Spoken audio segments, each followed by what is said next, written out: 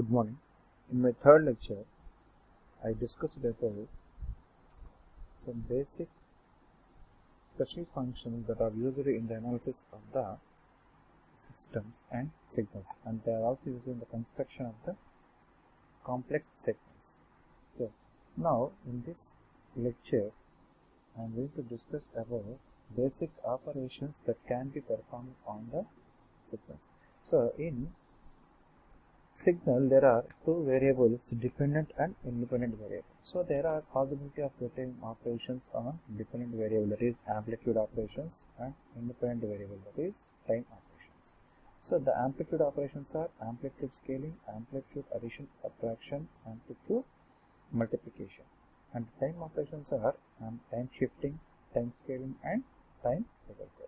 First we will say about the amplitude operations. So that is operations are dependent variable. First one is amplitude scaling. If a signal is having amplitude, if any signal is having amplitude some constant, and if that amplitude is multiplied by a constant c, then it is called a amplitude scaling by a scaling factor of c. So for example, if this is the fundamental signal, it is the signal that is having x of t having its amplitude 2, and if this amplitude 2 is multiplied by 2, then 2x of t, now the amplitude becomes 2 into 2, 4. If it is multiplied with 0.5, the amplitude is 0.5 into 2 is 0.1. So in this, the signal is, if the multiplication factor c is greater than 1, that is called amplified version of the fundamental signal. If the multiplication factor is between 0 to 5, 0 to 1, that is less than 1, it is generally it is a positive one, it is less than 1, it is called attenuation of the fundamental amplitude. It is attenuation version of the x of t. So if the scaling factor is having greater than 1, amplification process; if it is less than 0 to 1, attenuation scale. And next one is addition subtraction. Addition subtraction is nothing but simply the amplitudes of the corresponding signals are added at a particular instant or subtracted at a particular instant. Is known as amplitude addition and subtraction. This can be easily understood by taking a simple example. For example, consider two signals x1 of t and x2 of t. It is having amplitude of 1 from -3 to +3, and x2 of 3 is having amplitude of -10 to +10. The amplitude is 2. So if we add these two signals, so from -10 to -3, there is the amplitude of x1 is 0 and the amplitude of x2 is 2. 0 plus 2 is 2. From -3 to +3, the amplitude of x1 is 1 and the amplitude of x2 is 2. 1 plus 2 is 3. And from 3 to 10, the amplitude of x1 is 0, the amplitude of x2 is 2. So 0 plus 2 is 2. So the resultant signal is appears like this. So this is called amplitude. The instantaneous amplitude of the signals are added. That is called amplitude addition. Similarly, amplitude subtraction is the instantaneous amplitudes are subtracted. The similar way, here 0 minus 2 is -2, 1 minus 2 is -1, 0 minus 2 is -2. Then the resultant signal could be looks like this.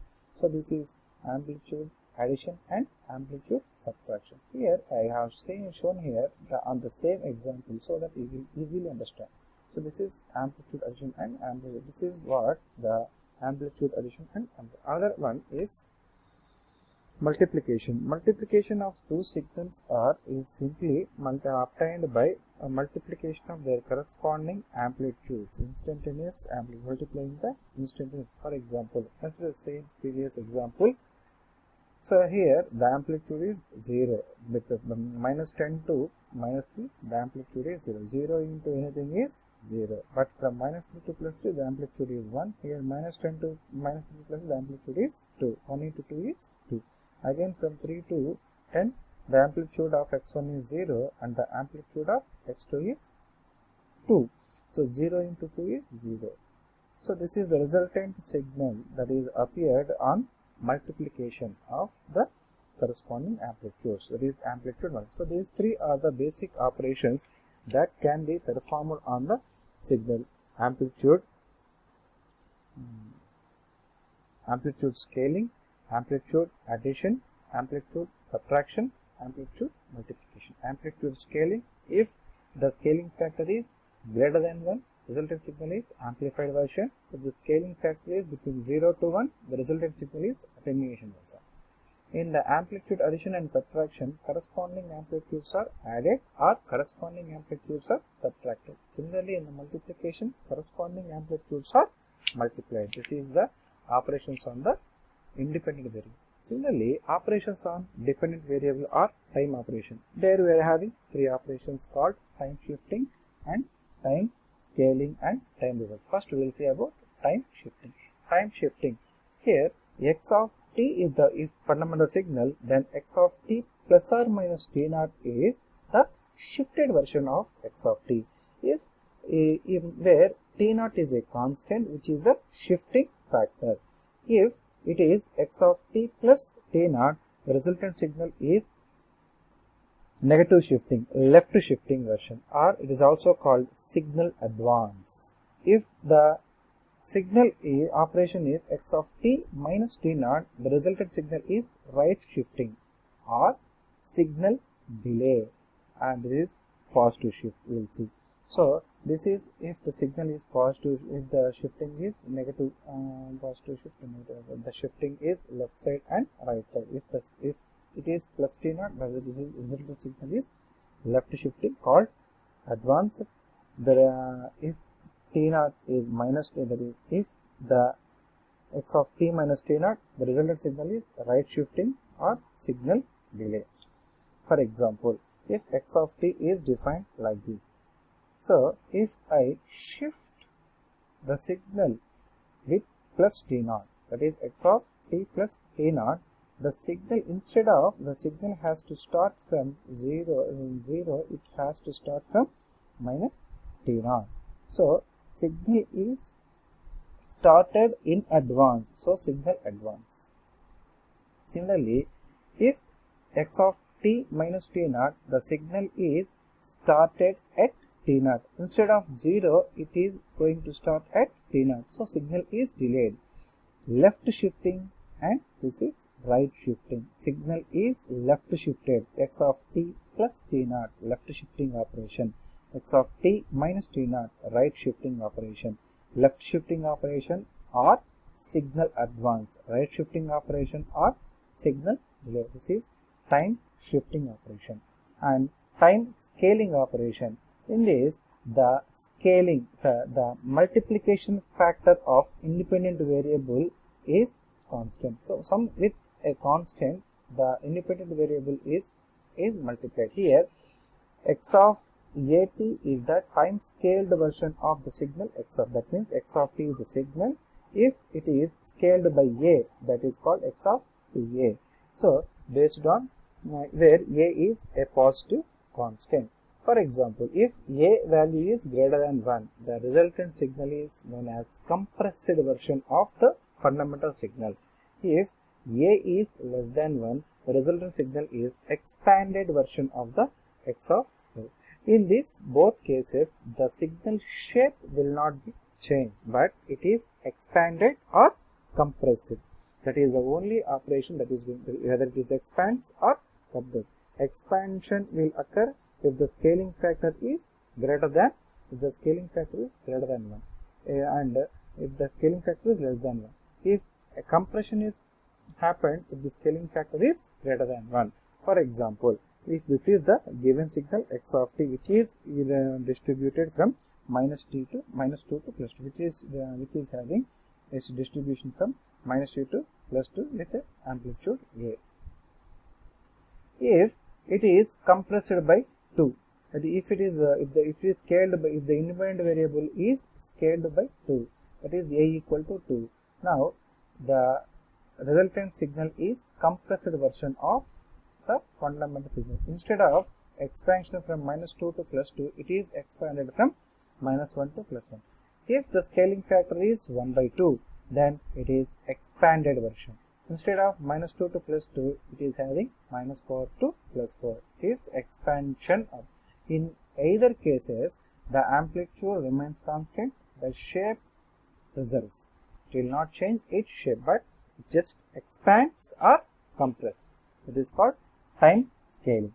Time reversal is simply x of t is having the x of -t is simply the time reversal of x of t. So if you replace the independent variable t with -t, it is called time reversal operation. For example, if this is the signal of x of t, then x of -t is just its mirror image of x of t. So x of t and x of -t. Remember that time scaling operation will not be applicable for unit step function, that is u of at is also equal to u of t. It is an important note that everyone should keep in an important gate bit also, in the competitive examinations. Okay, next. With that, the operations on dependent and independent variable will be over. Next, we are going to discuss about the classification of the systems. In the previous sessions, we have classified the signals. Now we are classifying the system. As I told that a system is object or collection of objects which will take some inputs and processes, and it produces some output. So this is the function of system. So it is having some number of blocks or simply a single block which will take some inputs and process. So to have that property taking input, processing and then output, it should have some required qualities or references or its requirements. So what are the classification of systems? So there are systems are classified as linear or non-linear, time variant and time invariant, linear time variant and linear time invariant, static and dynamic, causal and non-causal, invertible and non-invertible, stable and unstable systems. So these are the broad classification of systems, but remember that all these classifications are combined together, and it will generate the, for example, linear and time invariant, linear time invariant, linear and time variant, linear time variant, non-linear time variant, non-linear time. Like that, the combination will again arises. So these are all broad classification: linear and non-linear systems, time variant and time invariant system, LT, linear time variant and linear time invariant, static and dynamic, causal and non-causal, invertible and non-invertible, stable and unstable system.